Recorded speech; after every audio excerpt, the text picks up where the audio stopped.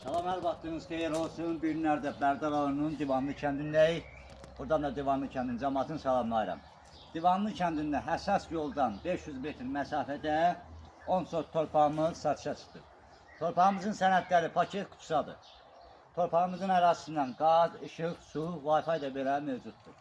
Buyurun, ərazini də sizlərə təqdim edək.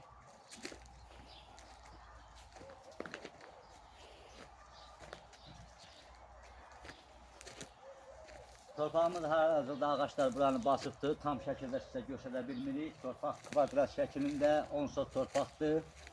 Torpağımızın satış qiyməti razılaşma yolu ilədir. Allah alana da, satana da xeyir versin. Sizlərlə mən idim, babam Akil. Sağ olun, gələn görüşlərə.